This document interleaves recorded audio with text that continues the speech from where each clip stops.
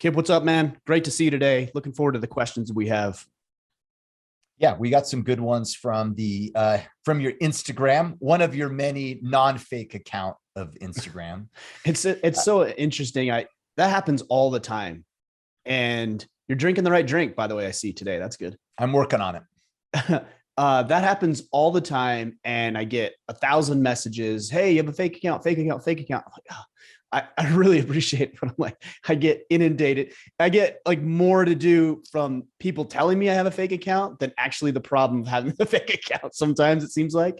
So I really appreciate the help. Just the best thing you can do on those fake accounts. If it doesn't sound like me, it's not me. Okay. If it sounds like somebody from India who's trying to be American, then it's probably a pretty good indicator that's what it is.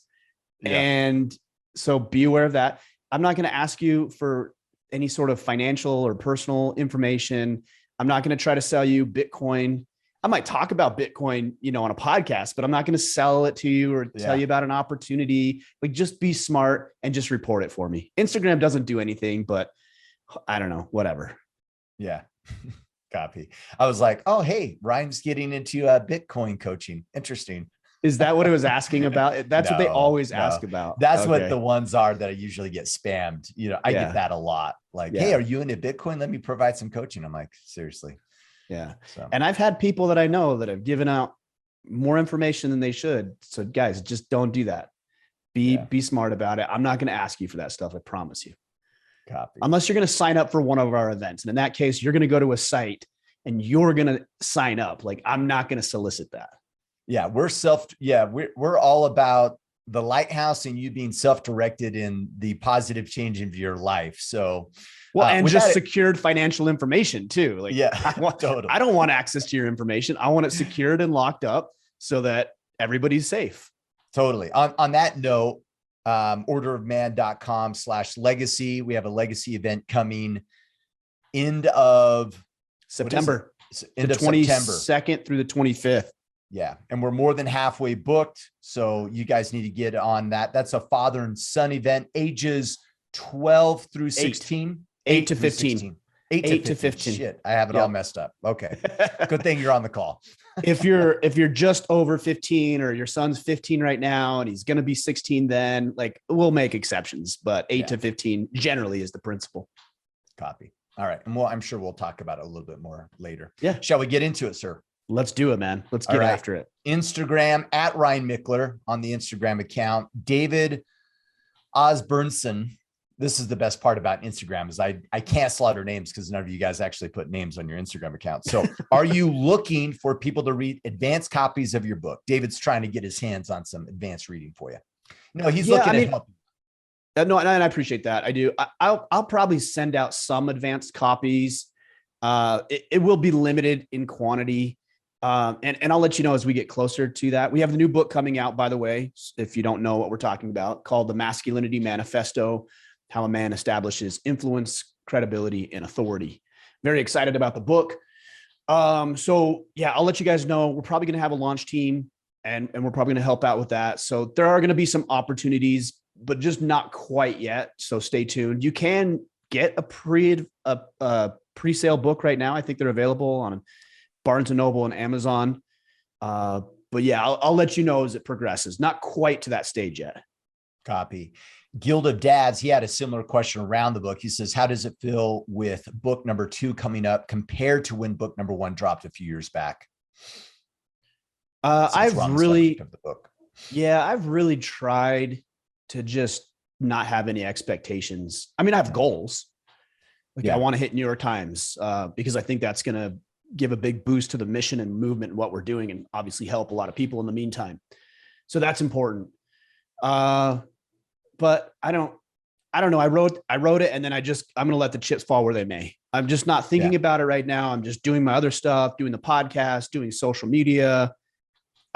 There's been times where I've got really wrapped up in projects and things like this. And then it just consumes me and I get short-tempered and I get short with other people and I neglect some of my other responsibilities. And I don't want to say I don't care. I do care. Like I want the book to be successful, but at this point it's out of my hands. So Yeah. Okay, That's it right now. the work is done. So there's no sense of like beating yourself up over it. Just It's like, the work hey, is, I've done the work, and well, yeah, work around writing the book has been done. writing has Now been it's done. let's see. Now let's just see how it resonates, perhaps. Right. Well, I feel like the stage we're at right now is what I would consider halftime. The first half was I got to write the book, nose to the grindstone, punch out those 1,000 words per day, get the book written, all that kind of stuff.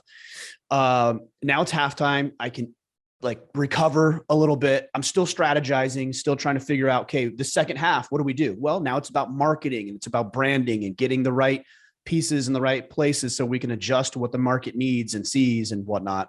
So we're at halftime right now. And then in the next, I would say 30 to 45 days is we're back down to the second half, which is we got to get this book out there. I'm going to be on a bunch of podcasts. I'm going to be doing a book tour, signings, all this kind of stuff. So right now I'm just breathe a little bit, strategize, and then we'll come up with a plan from there. Copy. What's the release date, Ryan? September 27th, I believe, or 28th, somewhere right in there. Okay. So what I'm actually trying to do is, I can't guarantee this. A lot of this is in the hands of my publisher. Those guys who come out to Legacy, I'm trying to get those guys the first copies. So if you come out to the Legacy event, I'm trying to get you a first copy and have it signed. If I don't have it, I'll still get you one. Even if it's 2 weeks later, I'll just mail it to you. So that's one of the cool things about guys coming to the Legacy. Yeah. And we have obviously the main event that sold out in a day or two last year. So, and that's a couple weeks after. So maybe, I think that's the 6th or something of October, somewhere right in there. Yeah. Cool.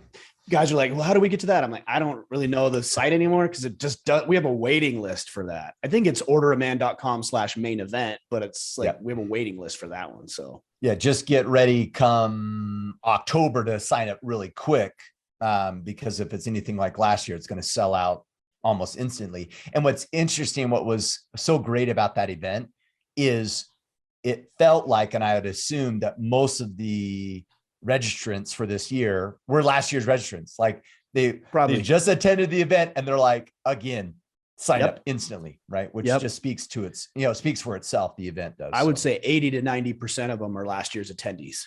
Yeah. Pretty awesome. Cool.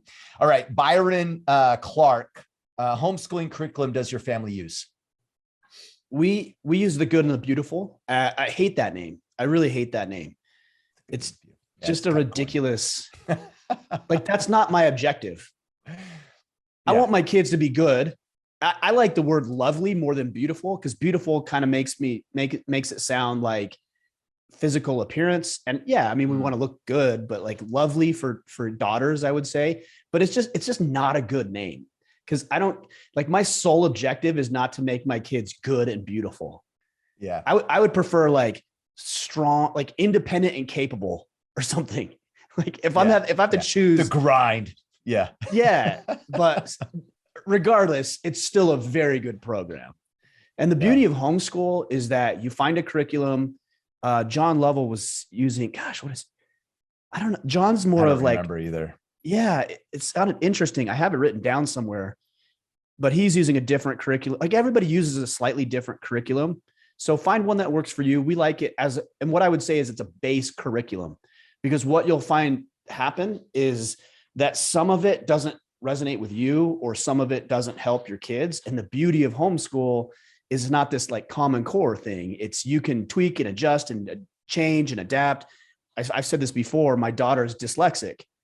Well, we didn't know that. So we figured that out and we got her a specific program that deals with learning how to read with dyslexia. So we've incorporated that. So it's our base package. And then we find little ancillary products to shore up some of the weaknesses that they might have in the curriculum or that our kids might need more attention with. Do you guys take like a summer break, or is it like a full out break, or is it kind of like light homeschooling during the summer? No, it's pretty much a break for 2 or 3 months, just like it would be if they were in government school. But the other thing about it, this is what's so nice about homeschooling. A lot of things are, but this is one of the nice things, is my kids really are only doing work for a couple hours a day. Like your Yeah. traditional school type work is usually a couple hours. They have reading, they have writing, they have math, they have science. I think they have a requirement for I think I said reading already. So history is another one. And then that's it. And they do that every day. And it takes an hour and a half to 2 hours. And then when they're done with their formal schooling. But then my oldest, Brecken, he goes into the store and he's managing orders and he's doing inventory and he's doing customer service, responding to people. So he's learning there. Eli might want to do some coding. So he'll get on the computer. My younger kids, they like to draw. So they'll draw, or we'll go outside and they'll build a fort, or they'll help me with a project. So everything becomes schooling. Yeah. There's no Schooling in or is out. life. It's all, it's just education. That's why I would prefer the verbiage of home education versus home school. Home education to me is more indicative of what it actually is. Yeah. Yeah. All right. Michael Alexander. I struggle with taking the steps, marriage, in my relationship with my girlfriend. Hesitation comes from problematic relationships in the past. I'm also a child from a broken home that has also been giving me issues as far as commitment goes. My girlfriend is great and I love her and I love her boy. I love everything we have, but I just can't seem to take the next step. Not sure if this is really a question, but is there any advice that you can offer? I think it sounds like you've done a decent job evaluating why it is. If I don't want to marry somebody, I would consider that a red flag. And I'd wonder why. I'd really want to probe into why that was the case, because I think there's a lot of guys out there who get married out of some sense of obligation or misguided responsibility. Like they've been with a girl for 2 years or something or longer. The next and step. They think, well, I guess this is just what we do now. It's like, well, hold up. Like, it's not just what we do. If you're going to make a decision to partner with a woman for the rest of your life, then you should be pretty comfortable with that decision. Not entirely ready. Apprehension is, of course, expected, but you should feel pretty comfortable with doing that. So I would keep digging and ask yourself, is it really you? Or is there something in the dynamic of the relationship? Maybe it's the fact that she has a child.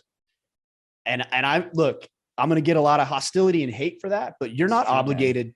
You're not obligated to bring that child into your life. You're not It's not your responsibility. That's just, unless you make it your responsibility. And that's the difference, because once you've made it your responsibility, then it is. But until that point, it's not. It's really not your responsibility. Maybe that's part of the issue. Maybe there's some red flags. I don't know. But maybe, like you said, she's perfect and it's just you. I mean, I don't know. Like, I come from a broken home. My wife and I have a beautiful marriage. We've 18 years, the end of this month, it'll be 18 years. My mom's been married 4 separate times. Is that an indicator that mine will not work out? I think it could be. I think there's probably some correlation there because it becomes what's expected or your life experience. But it doesn't have to be that way.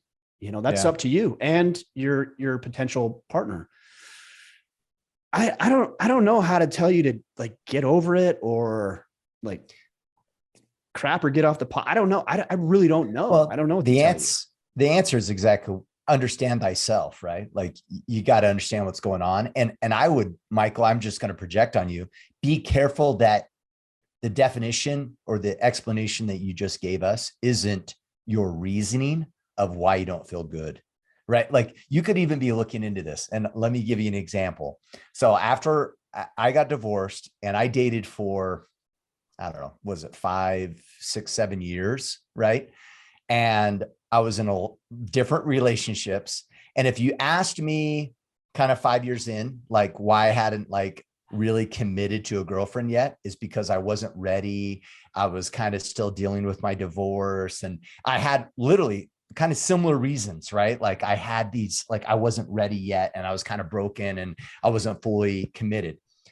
Ironically enough, I met Asia, my wife, all of a sudden I didn't feel broken anymore. And I thought, oh, it wasn't me. It was all the other girls I was dating, right? Once I actually found the right woman, I was like, oh, oh, actually, I'm fully in for commitment, and I was just trying to explain to myself, like, oh, what's my issue? She seems great logically and all these things.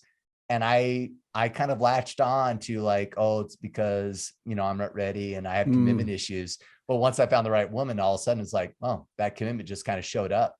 Not a problem. So make sure that you're not over analyzing the situation either and justifying it in your own mind. Misanalyzing it. Yeah.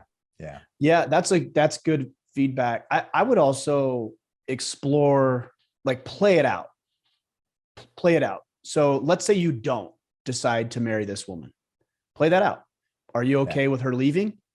Are you okay not being around her and her son? Are you okay going back into the dating scene? Like, play that out. Play it out in marriage. Okay, if I marry her, here's how it could, like, the pros and the cons. Like, play it, map it all out, and just see yourself, project yourself out into the future. That's one thing I do tell people a lot, because they'll ask questions like,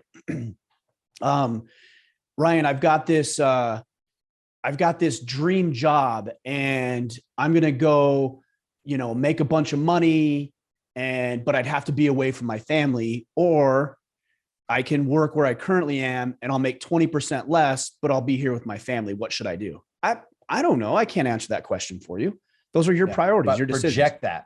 Yeah, that's right. So now what you do is you put yourself 30 years, fast forward 30 years. This is what we call consciousness. This is a beautiful thing about being a human being. You project yourself out to a future date and you look at your life based on the two decisions that you could make. And then looking back on those 20 or 30 years, which decision will you be glad that you made? And that's going to give you an opportunity to look at the scenario from a different light. Because right now you're in it, right? And all the baggage and the emotions, projecting yourself to a future date. Look, for me, if I had that opportunity with the business arrangement, all day I'd be with my family, all day long. That 30 years out, no, looking back, I'd be like, no, being with the family, because my kids are going to be out of the house at that point. My wife and I, maybe, unless we go through a divorce because I'm not around, like, all day long, I take the path of staying home and making a little bit less money. That's a bit of a false dichotomy. You can actually stay home and make more money, and you will over time. But just to illustrate the point. Yeah, for sure. Well, and I guess that's I never made the correlate. I've heard, obviously we have so many conversations. I hear repetitive advice from you.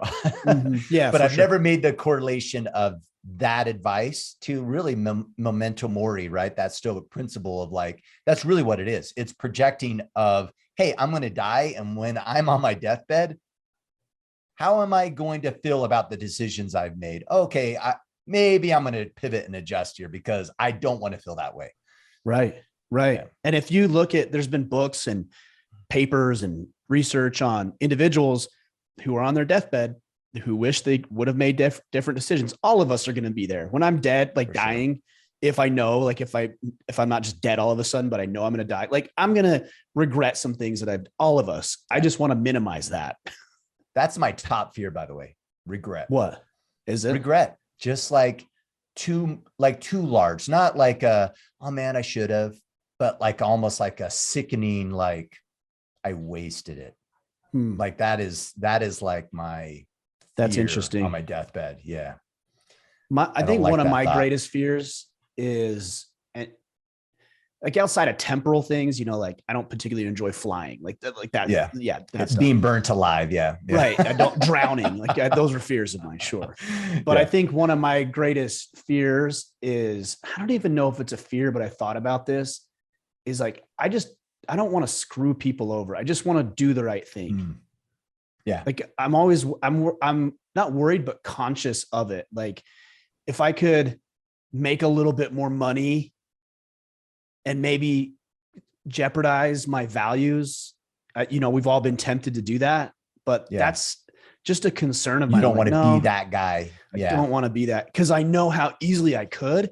And I've seen it so much in other men, even down to, like, I had a guy reach out the other day, because he got a shirt and he had worn it, but he had, like, had it for, like, months, and it was, like, starting to wear out.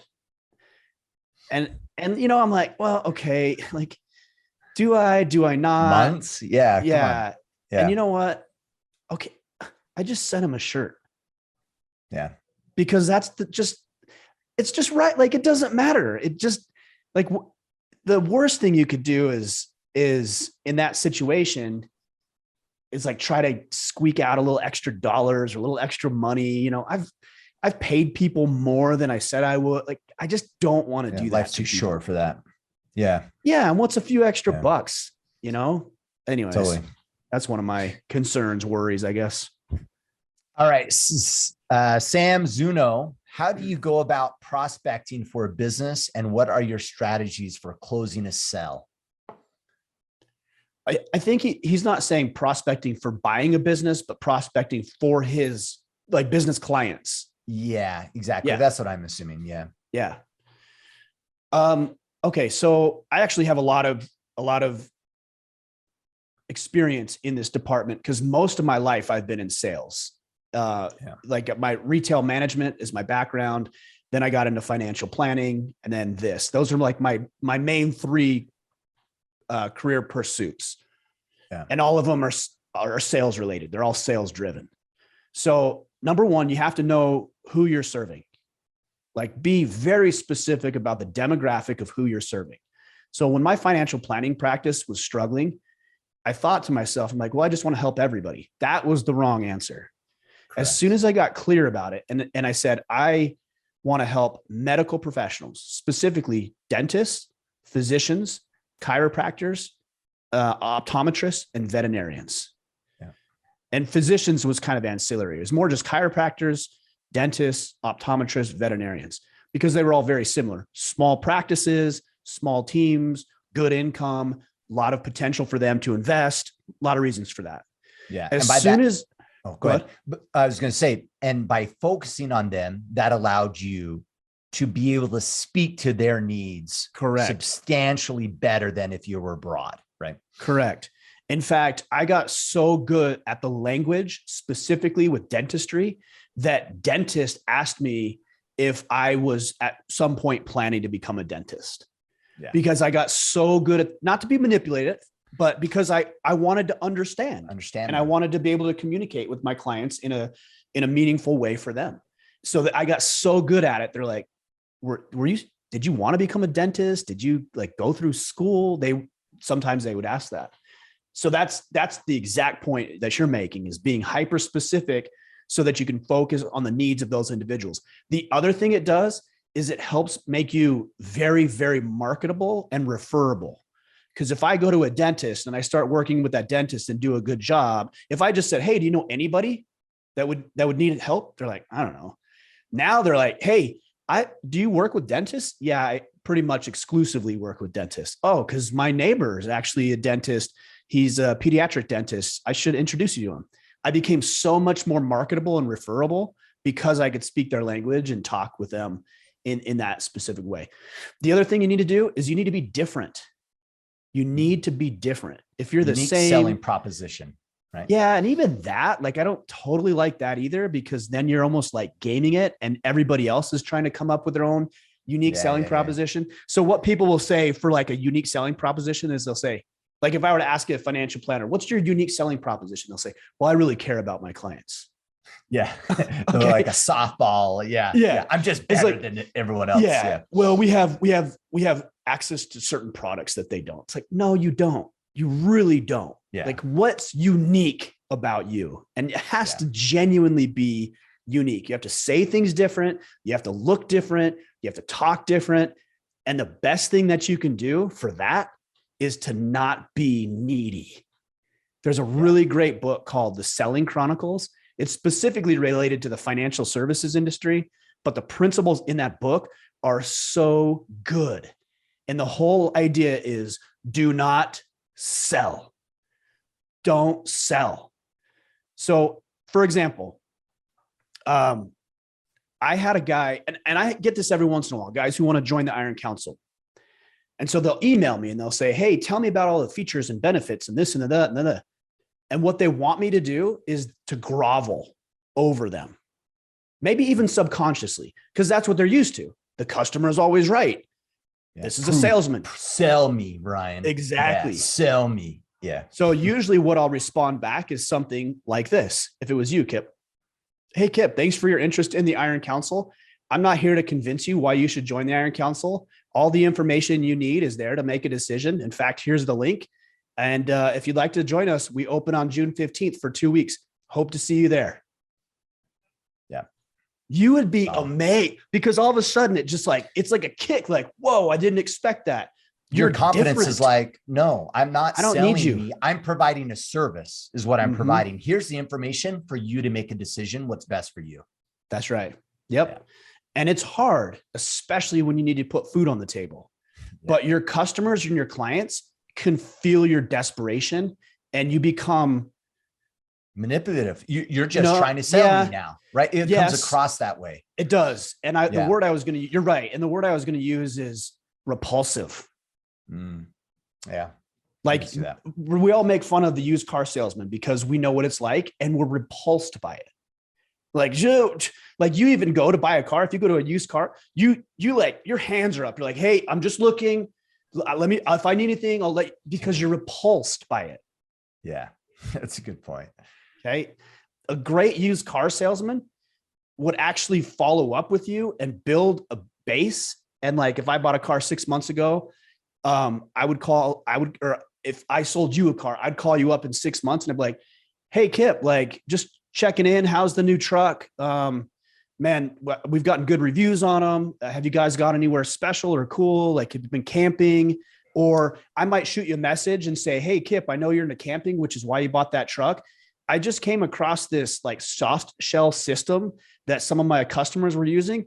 I don't know if you'd be interested, but here's the link. It's pretty cool. I don't have any affiliation. I just thought it was cool and you might be interested. Totally. Well, I mean, think about it. A car salesman is selling a product to assist people in travel. Do you not think you should be an expert in the best ways to travel? That's what they should be selling, right? And so if a car salesman called me up and said, hey, Kip, really quick, I have a lot of clients interested in that BMW. And I don't want to be actually referring it. If it's not solid, could you give me some feedback? What do you like about that car? What's working for you? So I can give them the right recommendation moving forward. That's cool. Holy shit. You'd be like, that's damn, cool. He is focused on selling a product to assist in travel. He's not selling a car. Does that make sense? Plus I played to your ego too. Oh yeah. Because you're like, you want my feedback? Yeah, I do want it because I value you. I think you're somebody I need feedback from. So that's good. Yeah. I like that a lot. By the way, so in consulting, I think a good close rate in IT consulting is around 30 to 40%. I'm not in sales, so I don't know what like good is, but I think that's around good, 30, 40. Guess what my close Maybe for you. Guess what my close rate was last year? Guess what it was? I thought you weren't in sales. 80%. When I'm involved on a sales call. When you come in. Yeah. You're the hardcore closer. I don't know what 70, close to 90%. Dang, that's good. That's really good. And you know why? Because I'm not trying to sell anything. I'm doing exactly what you do when a guy pings you about the Iron Council. I say, I don't sell this product. I'm here to provide some assistance. Here's your best options. Here's some recommendations. You guys decide if that's the right fit for you. I'm not trying to sell us. I'm just really like, it's really coming from a place of genuine, like, hey, I want you to consider what these options are, what the art of the possible is in this state, so you can make the right decision for your company, period. Yeah. One thing that I've done in the past is, and you have like, this is where that genuineness, that authenticity comes from, is I've had potential clients come into my office and sit down and we, talk at a base level about their financial planning. And I've said, hey, Kip, Asia, like, I really appreciate you guys meeting with me. Based on what I'm hearing you say, I actually don't think I could help you. Totally. But I have 3 other people that I think could really be beneficial. All of a sudden, I become attractive. Totally. I'm not doing it as a game. Like like if it genuinely, I can't help you, I'll say that. And I've had customers come back all but begging for me to help them in some way or to pick up a new line or a new product because they want to work with me because they know I'm going to tell them the truth, and I will tell them the truth. It's a long game, but it's much more effective. Yeah. One last thing I would say is always pre-qualify your sales, the people that your potential prospects, always pre-qualify them. So what I was getting very frustrated with in the financial planning practice was my closing ratio, because I'd have anybody and everybody come in and I'd sit down with them for an hour of my day and waste your time and waste hours upon like 30 hours a week of just wasted effort trying to convince people that they should buy my goods and services. And the reason you're listening to this podcast right now is because of this strategy I used. I scripted out, I wrote out my initial sales script, my first appointment. I listed out. I bought like an $80 Blue Yeti microphone, and I went to Staples or Office Max or something, and I got blank CDs.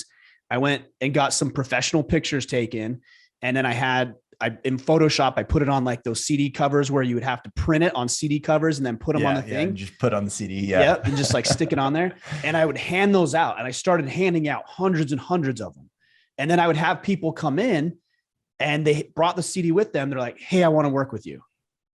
And it took me 10 hours initially to that qualified the lead for you. Yeah. And the people who didn't want to work with me, they didn't come in, because why would they? They already qualified or disqualified themselves. So my closing ratio skyrocketed when I did that. So many different things. I love sales, but so many different things you can. I was going to say, Sam, we could probably talk forever. I mean, one strategy I had when I owned my own business is I coined it as impressions. So my focus was, I had my book of clients or my potential leads, and my objective was to leave a beneficial impression on a scheduled basis, right? So once a month, how can I help serve them in some way? Whether it was like some information that might be beneficial based upon the platforms that they were using or whatever. And I really made sure that I was leaving impressions, because what looks really negative is like 6 months later, out of nowhere, hey, Ryan, how's things going, man? How can we help you? It's like, oh, dude. Yeah, exactly. Yeah. You're just trying to get a sell because business is light right now. Right. You're not everybody sees right through it. What was last month? Right. So, all right. So you mentioned a book. So what was the one book? Let's leave Sam with some resources. Selling. It's either Sales Chronicles. I think it's the Selling Chronicles, I think is what it's called. Sales Chronicles. I would suggest the Challenger Sell and Story Brand is probably Brand's good. Yeah. Probably my two favorite sales books. Anything else for Mr. Sam here? No, I mean, the only other thing I would say is I tried to get pretty granular with my numbers. I tracked my numbers ruthlessly. So I knew that I can't exactly so many remember leads turned into ops and so many ops converted to. Okay. So I would I had a little book that I used, and I would write down. So if I knew if I had, and these numbers might be a little off, I'm just trying to recall that if I made 10 calls on average, I'd get a hold of 6. Of the 6 I got a hold of, I would set 3 appointments. And of the 3, I'd get 1 or 2 sales. Like those were my numbers. So if I wanted 200 sales, then I needed to, do 1,000 calls. Like it just became a numbers game. But then I started to look at the numbers, and I'm like, okay, how do I go from 10 calls to, instead of reaching 6, reach 7? Well, why in the world would I call at 2:00 in the afternoon on Tuesday? Like nobody's going to answer their phone. So I'm like, okay, well, at 2:00 on Tuesday is when I'm going to be doing my reporting and bookkeeping and all this stuff. But I'm going to make calls at about 5:30, 6:00. That's when people were driving home. If you do it at 7, they're already at home and they're eating dinner. You see, like noon to 1 was a decent time because they're at lunch. You might catch them then, but you have to be smart with this stuff. I would even look at, I would call people and leave a message and they wouldn't call back. Even clients. And I'm like, why are clients not calling? So I started to people going dark. So weird. It makes me so mad. I'm like, just say you're not interested, or I don't know, something, go ahead. So I would experiment with the language, because it's the language. That's all. It's the language. So here's what I would do. If you were a client of mine, Kip, I'd say, hey, Kip, it's Ryan. Hey, everything's okay, but can you give me a call back when you get a chance? Boom. Callbacks went through the roof, and I wasn't lying, but I changed hey, everything's fine. But instead can of you trying give me a call back? Have a scripted message on the call, and then it's like, no, I'm out. Yep. So I played with all of that, and I enjoy that stuff. Yeah. Sam, we did you a solid. You better take that and double your revenue this year. We want commissions. Yeah, we want commissions off the top. All right. I don't want commission. I just want to know that you're killing it. Well, you're not getting any, so good Oh, luck. compensation. All right. Aaron and his adventures. Sometimes I find myself short-tempered with the family. I've heard you speak to dealing with anger issues in the past. How did you go about addressing this? And what are some resources I could possibly go to? Okay, so I used to have a really bad attitude, and sometimes I still do. I get short tempered and I get mad. But I realized that a big part of my temper issues came from my own belief in my inadequacies. It was a confidence issue. Explain. When you're confident in your abilities, you don't care about bullcrap as much as you do when you're not confident. Because you're It seeking doesn't affect you. validation more. It just doesn't affect you. Not even that. Like You just things brush off you easier when you're confident. because you know it's going to work itself out. A great example is the website. The website was down for like 2 weeks. I didn't lose my cool. I didn't blow a gasket. I had a call with our web guy. Like I was calm and collected the whole time. I was actually a little surprised, honestly. With yourself? Yeah, with myself, with my own performance. Yeah. And I was like, why was that? Because I know it's going to get taken care of. And we're doing other things in the meantime to work around it. Same thing with the book. I got a call from my publisher on the first book that I'm not going to actually receive royalties on my book, my printed sales for 12 months. It's a whole story behind that. I'm not going to get into that right now. I could have blown a lid, and I'm still angry about it. Yeah. But it's fine. Like it's fine. It's going to work out. And I know it's going to work out because it always works out. And even if it doesn't work out, I've done the work that's put me in the position where that's not going to break me. That's not going to impact. I mean, that income, we want that income. Of course, it's my earned income. It's what I've earned. Other people got paid on my work. I didn't, so that's frustrating, but it's okay. Like it's going to work itself out. So with your answer being, hey, you know what, number one contributor to this is confidence, then what, from your perspective, what was that change for you to drive confidence? So I call it the 3 C's, and it's just a cycle. It starts with courage and it moves to, there's actually 4: courage, consistency, competency, confidence. Got it. And that's the cycle to build confidence. That's the cycle. So when you wake up in the morning, you want to get up on time. Yeah. Or you want to make that call to a prospect, but you're a little nervous. You should. Yeah. Or you're like, I want to go to the gym, but like people will judge me and I feel uncomfortable. That's what you should be doing. And it doesn't take confidence to do that. It takes courage to do it. When I was 50 pounds heavier than I am right now, for me to walk into a CrossFit gym for the first time was downright embarrassing. I was so ashamed and so embarrassed of myself. And I've seen a picture of that first day. I'm like, oh my gosh, horrendous, horrible. And I was embarrassed. I thought everybody was going to judge me, and maybe they were, probably not, but maybe. I thought that, it was going to be too hard, that I couldn't do it. All it required was some courage on my part, and everybody can muster that courage up. Wherever you are, you can muster that courage up. So you have the courage to do it the first time. Then you have to be consistent. Like with jujitsu, I see it all the time. You got to be courageous, man. You're going to go in there and you're going to get your butt kicked. You're going to get hurt. Like people are you said it last week. People are trying to hurt you. That is true, right? Like that's the goal. That's the goal of, I'm going to try to hurt you to the point where you give up. Yeah. Let me sign up for a class where people try to hurt me until I give up. Awesome. Right. Let's go. So it takes courage. And then you know what? People get beat up, and it's hard and it's uncomfortable and you're sore and it doesn't feel good. And then you stop coming. It's like, you have to have the courage to go again. Keep going. You have to go. And then once you keep going, so I've had this like pec and shoulder thing I'm dealing with right now.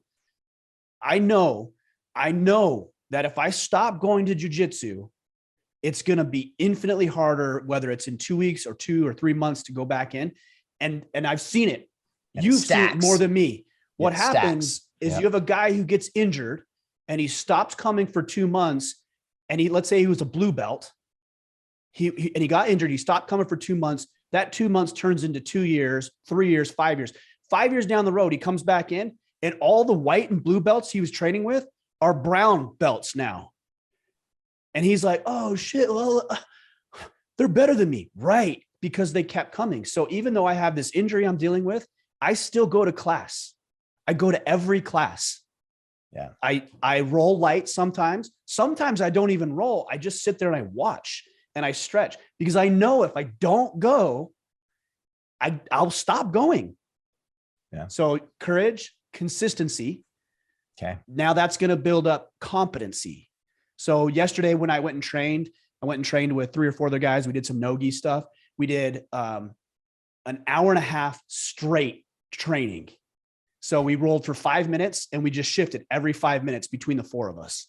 It was insane. We were going to go 10 and Pete was like, let's go for 20. I'm like, okay. So we went for 20, but you know what? I got done. Actually, no, we went like 16 or 17 because he got a call and he ended up having to leave pretty quickly. So we didn't get to 20, but we got 16 or 17 rounds in. And when I was done, I was like, I called my wife. I'm like, hey, hon, what are you doing? Her and the kids are traveling. And she said, oh, what have you been doing? I said, oh, I just got done with jujitsu. She's like, how do you feel? I'm like, man, I feel actually pretty good. You know, I held my own. I learned some new things. I got some instruction. I put in the effort. Break a sweat. I was able to get a few little minor submissions in there. Like, I'm like, oh yeah, I'm becoming more competent in it. And then that fosters confidence. Yeah. And now, like when I said, yeah, I feel pretty good. You know, your shoulders are back, your chest is high, and you're like, yeah, I feel pretty good. And then that confidence breeds even more courage. Now you're like, oh, I get the cycle. So if I go back and be even more courageous, maybe I do a competition or something. It just gets bigger and bigger and bigger. I love our conversations. And the reason why is obviously it's enlightening. And there's so many different ways I'd see things, right? So if I were going to answer this question by myself, I'd say it's because you're out of integrity. And I would have stopped there. That you're not doing what you know you should be doing. And so then it kind of like rubs off, right? Like you come home and you're like, you don't feel good about your day. Why? Because you didn't get after it. Because you sucked ass, because you constantly didn't accomplish what you wanted to get done. And thus you don't feel good about yourself and you don't have confidence. And I would have stopped there. You know what I mean? But I really, really love that idea of like, no, actually that courage, AKA, I would say, correct me if I'm wrong, but that's kind of being in integrity, right? Having the courage to do what you know you should be doing. Absolutely. But I like the idea that, that we start getting some competency out of it, right? And that it's a cycle that you constantly have to work at, because as you know, and right, you alluded to in jiu-jitsu, you can complete that cycle, have some confidence out of your jiu-jitsu. And then if you don't keep that cycle going, you know, it's unwinding. Yeah. Right. Yeah. And then it gets all undone. Yeah.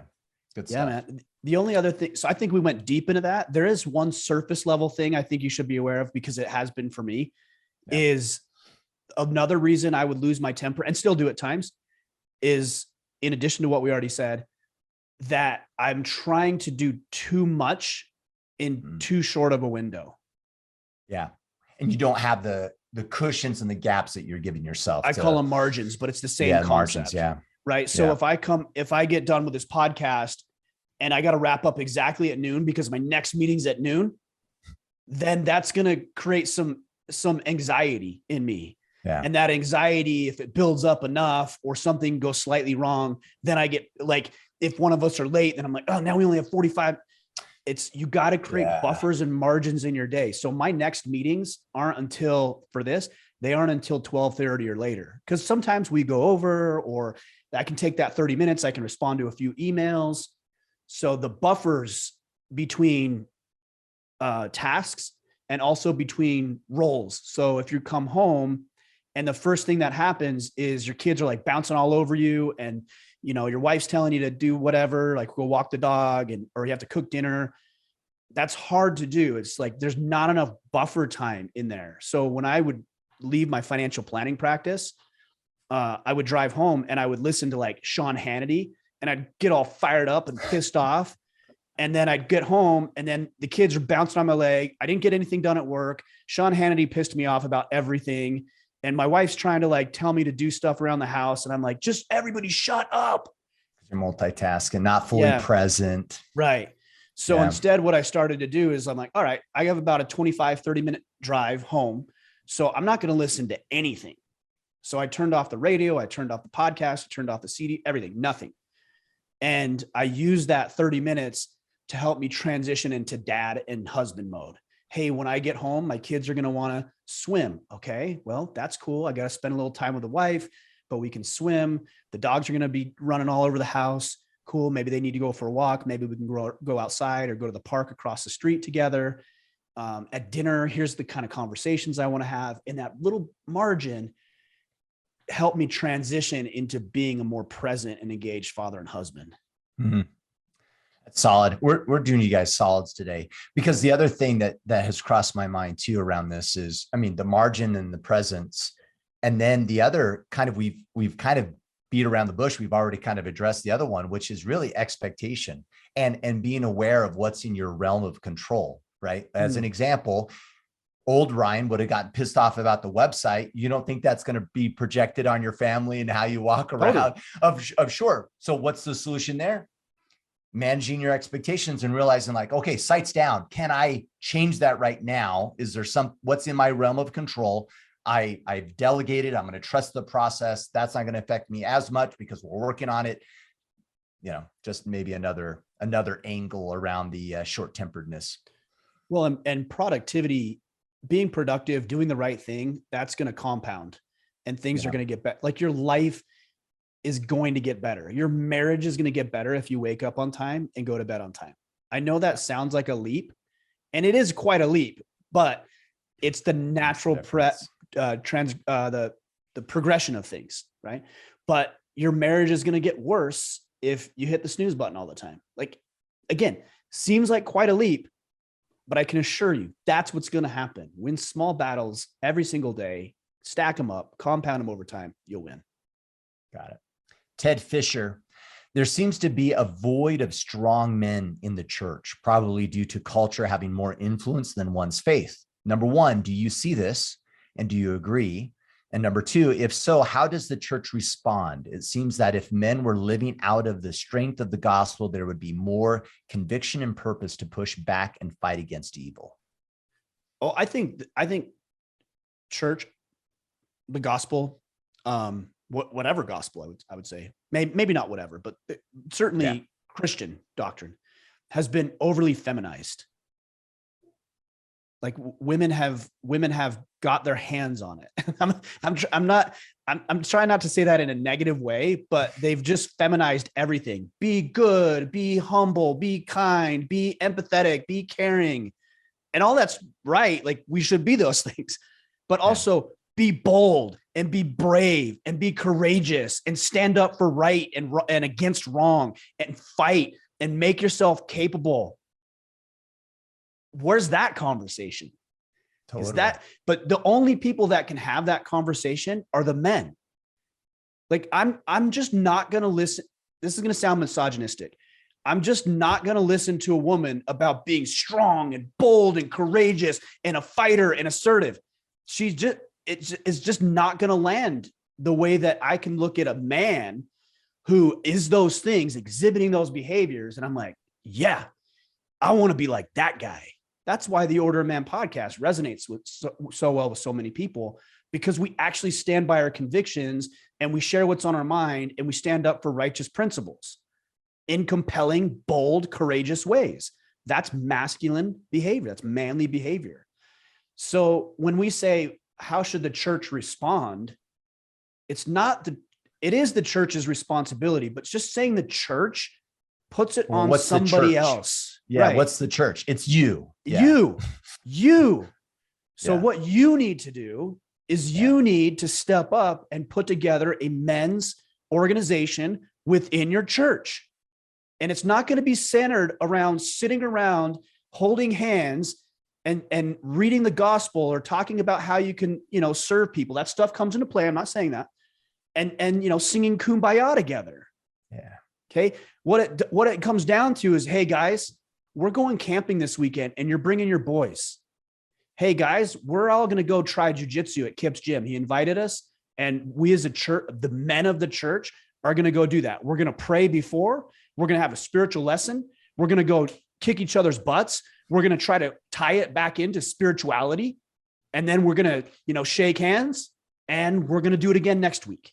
Totally. And then we're going to go to the airsoft range. And then we're going to go help, Mrs. Johnson, who just got out of surgery, whose husband just died. We're going to go help plant her garden for her. Like, so you can do all those other things, but you do it as men exclusively, and you do manly things. You shoot, you fight, you compete, you train, you do physical demanding stuff inside of the parameters of the gospel and how you can serve other people in a righteous way. It's you. Well, and I think we need to harden the conversation. I don't know if that's not the right term. Strengthen it. But strengthen the conversation too, right? Like, I cannot stand when I'm part of a men's like gospel conversation and we're being hypothetical and we're like too soft in the conversation. And really what needs to be said is, you need to honor your commitments. That's what this looks like. You're out of integrity, right? Like a more bold approach to gospel living and conversation, and not so soft. I don't even know the right way to explain it, but most of the time I'm so annoyed during some of those conversations because we're beating around the bush and we're not saying the thing that needs to be said because it might offend someone in the room. Yeah. And if it can't be said there, then where can it be said? Well, I think about, since we're talking primarily, I think about Christian gospel. Think about the 12 disciples. Okay. These are fishermen.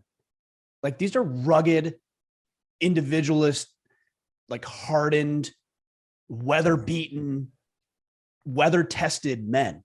Like, it wouldn't have been easy to be a fisherman in Jerusalem 2,000 years ago. Yeah. Okay. But they were, and they were exposed to the elements, and they were working together. Then they started walking from town to town in probably some of the most unsanitary conditions, the harshest conditions you can imagine, limited water, people that just despise them would verbally and physically assault them for sharing this. Don't you think those 12 men stood together and held each other accountable? No, get up. We're doing it. Like, let's go. We got to go. Of course they did. Like, hey, you messed up. Like, you got to fix that. Here's how you're going to fix it. Here's how I'm going to help you. Like, those are hardened men. We think about like these 12 like saintly people. No, there's no way. There's no way. I can't imagine like looking at their hands, and they're like how strong they must have been, or they're casting nets and pulling them in and pulling sails, lifting and opening sails, rowing. What they must have smelled like, because they're again, fish just on them all day. Like, these are hardened men, and we just don't have that in society. So we have to manufacture it. Right. It's the whole concept of the gym is so funny to me. It is funny. It really is. If you think about it, like you have to go to a gym, official work. Yeah. Right. You have to schedule a time to do it. And then there's companies that I respect, like Sornex is one of them. They make these beautifully handcrafted, USA made, perfectly balanced weights that all of them are just the same weight and just the right ratio. And then you do it in it's like, that's funny. It's not wrong. I work out too, but it's just funny that we have to fabricate this because life is so easy that we don't have any hardship throughout the day. It's such a weird thing. Let me throw some weight around because I don't work really hard and I sit at a desk. So let me like artificially create that so I can be more manly. Yeah. It's super awkward. So anyways, I think we hit on that there is no, what should the church do about it? What should you do about it? Own it. Yeah. I love that. Christian, one of the guys left a comment that was related to Ted's question. He said, he mentioned Brett McKay. Art of Manliness. He wrote a book called Muscular Christianity. He was curious, have you read that book? And do you have any opinions about it? It's from Brett McKay. That's what he says. What is it? Muscular Christianity. Oh, I haven't heard of it. So I've read most of Brett's books. I have not read that book. So I'll probably buy it because Brett was an early inspiration for me as I started Order of Man. And I really think highly of him. I respect him. I respect the content he puts out there. We haven't talked for a while, but we used to talk quite often, message, email, that sort of thing. He's been on the podcast a couple of times. So yeah, I'll have to check it out. I've not seen that book. Yeah, I'm actually quite curious about it, actually, to be frank. So, all right, Blake Featherly. My father became sober 8 years ago from alcohol. He has since found religion. He is now garnering the attitude of superiority, especially in his marriage, and taking the notion that my stepmom should submit a little far. I don't understand what he means by that, but maybe just submit is sufficient. He has never been a man to handle his stuff. Never really would have called him a man in reference to the standards you discuss. How does one navigate that? I saw this question. It's a good question. As I saw it, I was thinking about recovering nice guys. Like if you guys, a lot of you understand the nice guy syndrome, and you're overly nice. You get railroaded. You aren't able to share your thoughts and ideas. You just get railroaded, right? Everybody knows. You retaliate and become an asshole. That's what happens. Yeah, that's exactly what happens. I'm glad you said that because I'm trying not to swear. So I was going to say that word, but you said it. So now I don't have to. Thank you. Well, and I totally messed up because Blake swore in his question and I totally even changed his swear word into a non-swear word. And then, you ruined it. I'm trying. Yeah, I'm trying. You're not trying hard enough. All right. So yeah, that's what happens when you want to correct something, you usually become overzealous. Yeah. Because you don't know the appropriate line. You're navigating that still. You've been so far over on this other side for so long, you don't even know what's appropriate. And so what ends up happening is instead of being a nice guy, you then become a real jerk to everybody around you. Bulldozer. Yeah. Yep. And then what happens is you get checked and something happens and you get humbled and you're like, oh, I got to scale that back. And you start to gradually find where it is. Yeah. And I think that might be what's happening here. Maybe he's even trying to make up for lost time. I would find it very hard to believe, and I'm not saying it's not the case, that he's wants to be this alpha dominant, controlling woman submits to me kind of. I'd have a hard time believing that. I think he's trying. Again, these are all kinds of assumptions. I'm just basing this off on other conversations I've had. I think he's probably trying to figure out how to lead his home righteously. I think is probably what's happening. And he's just gone too far with it because he doesn't know what's appropriate. Well, and he's changing up the game on you, Blake. Yeah. Right. Even listen to not to place too much judgment, right? But there's a possibility. Well, he's never been the man that could handle his stuff. I would never consider him. Whoa. Is he changing the status quo on you? And it's making you feel uncomfortable a little bit? Check yourself too, right? That could easily be the case. When people change in our lives, we naturally have a tendency to fight against it because the human nature is we got to pigeonhole everybody into these buckets so we can deal with them. We can predict what's going to happen and how they're going to handle things. And so some of that might be you, but 8 years sober from being an alcoholic, finding religion, sounds like he's probably on a good path. And to your point, Ryan, maybe he's overzealous in certain areas and he's not doing the best job trying to find that medium ground. But man, it sounds like he's probably going in a good direction though. Yeah. Well, and you got to think too, is to your point about changing the game. How many times in your life have you changed the game and you hope that somebody would have honored or acknowledged that you were trying to improve instead of judging you based on how you used to be? Totally. And I'm not saying you have to forgive. There's probably some transgression there in the past and maybe some neglect, maybe some abuse. I don't know. And so those things are hard to get over. I'm not dismissing your feelings about that. But to answer your question specifically, now that I feel like maybe we've given you some context or some frameworks to consider, is talk with a man. Sit down and talk with him, man. Be bold. Is this is his father, correct? Yes. And I don't, Blake's, he's an adult, I'm assuming. Yeah, I'd assume as well. Or a young man, maybe, is just sit down and say, hey, Dad, can I sit, better yet, do this. Don't say, can I sit down? Say, hey, Dad, can I take you to dinner? Can I take you to dinner this Friday? Just you and me. I want to catch up. I want to connect. I have a few things I want to share with you, and nothing bad. I want to talk. Yeah. He's going to say yeah to that. And when you do share, so let's assume you share this with him. It's not, hey, you're railroading my stepmom and you're telling her, blah, blah. Hey, Dad, appreciate where you're at, man. I think you're killing it in these key areas. Sometimes the way you come across may seem as though you are, right? It may come across as this, right? Right. Because you don't know if he is, right? That's your interpretation. So share that it's your interpretation that it comes across that way. Yeah, agreed. Or another, the language I like is, hey, when you do that, I feel like X, Y, and Z. Yeah. Own the emotion, not the judgment. He can't tell you don't feel like that. Yeah, totally. And so he might say, well, I'm not trying to make you feel like that. Hey, I know you have good intentions. You've been sober for 8 years. You found the gospel. You're trying to improve. You're trying to be, your intentions are great. I'm just telling you that it might be a blind spot. You might not see it, but Mom feels this way at times. I feel this way at times. And I just want to let you know, because I think there's a better path where you can have whatever. I think you get the point. These are sensitive conversations, but unless you've had a conversation like this, I really don't think there's much room to be too upset about it. I think, yes, you can be upset,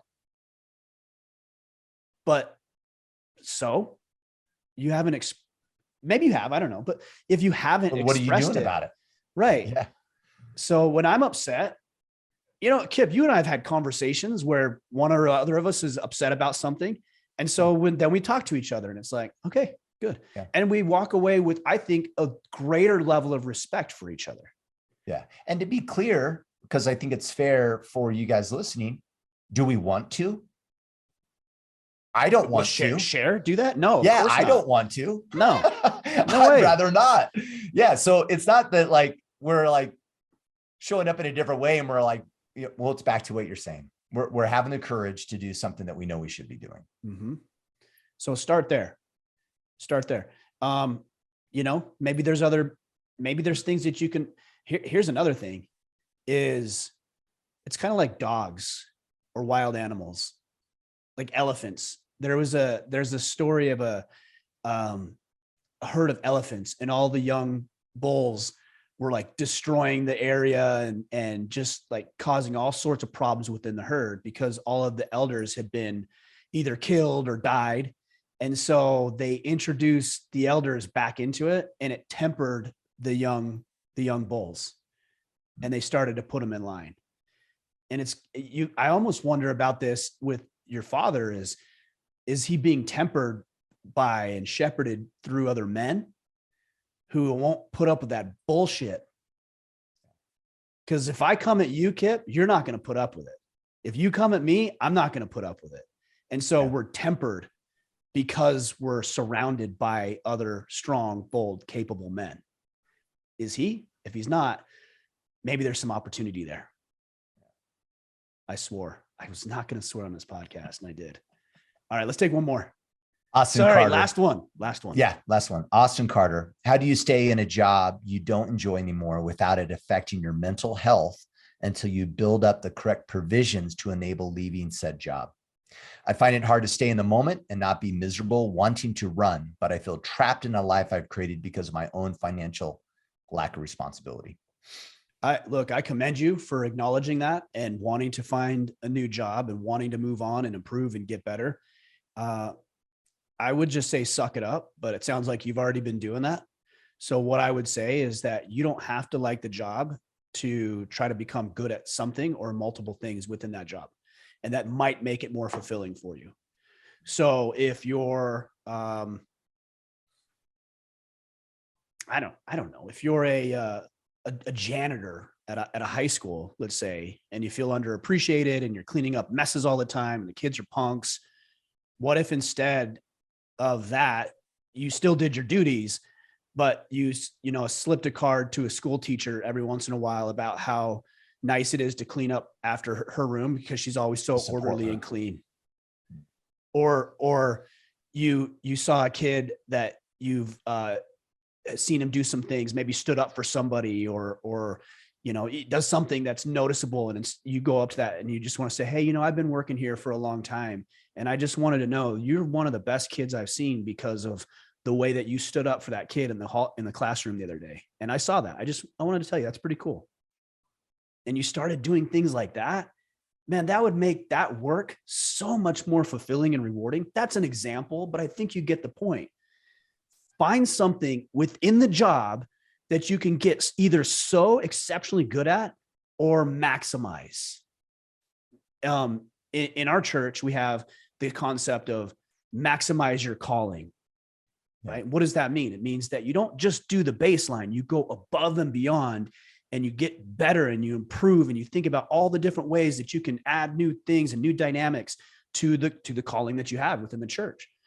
Same thing here. You can be miserable, you can hate it, you can not find fulfillment in it, or because you're gonna be there, you're there, so you're gonna be there.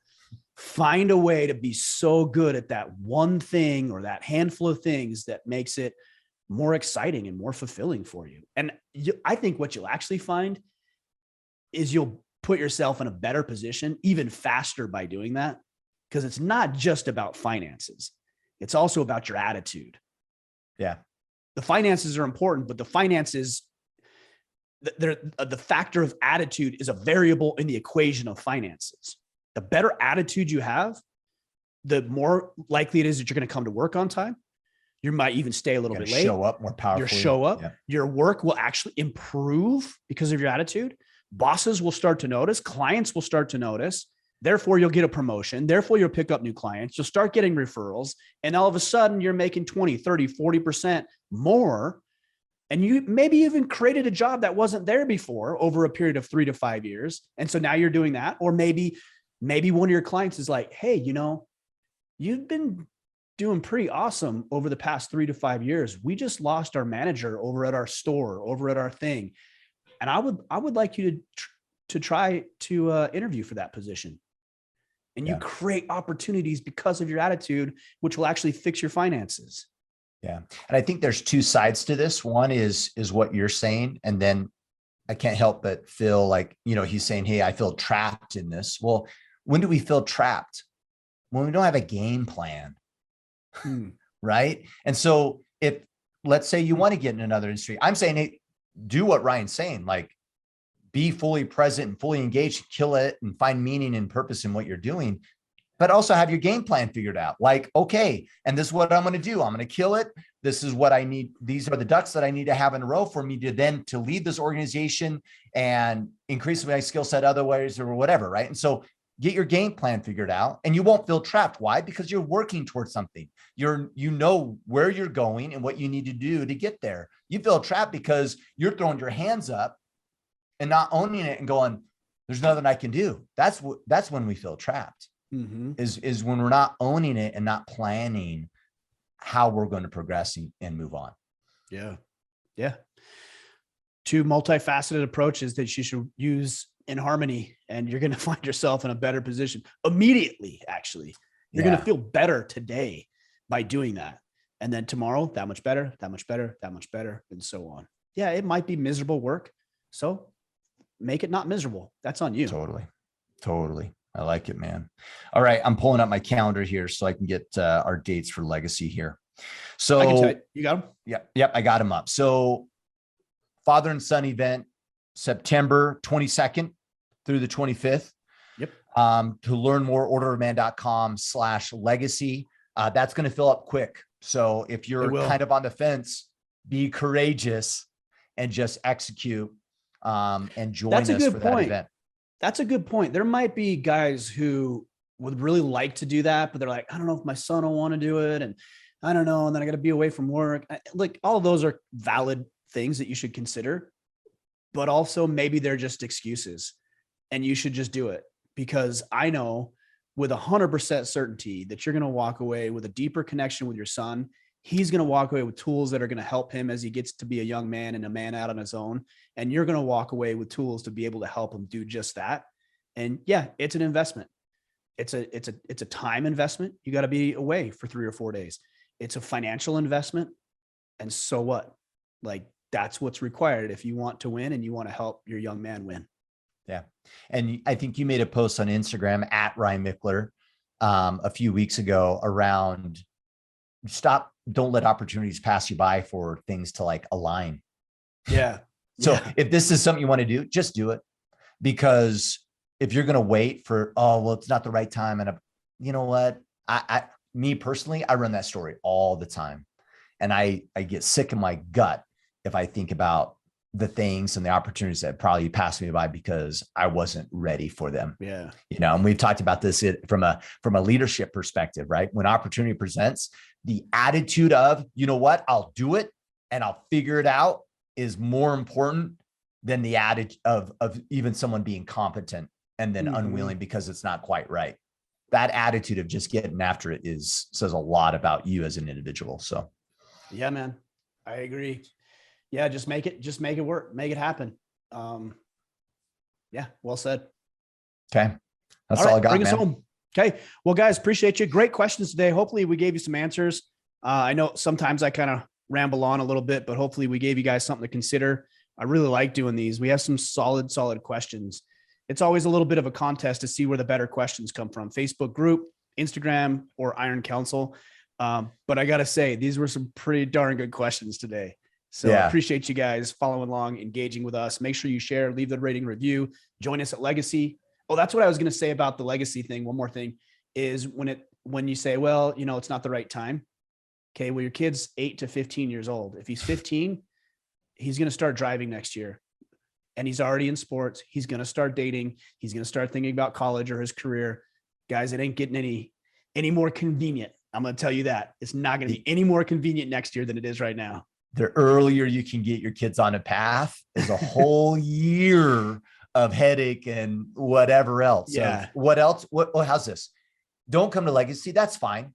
But just let society or some other group influence them for the next year. Yeah. What would you choose? You right? Seriously? Yeah.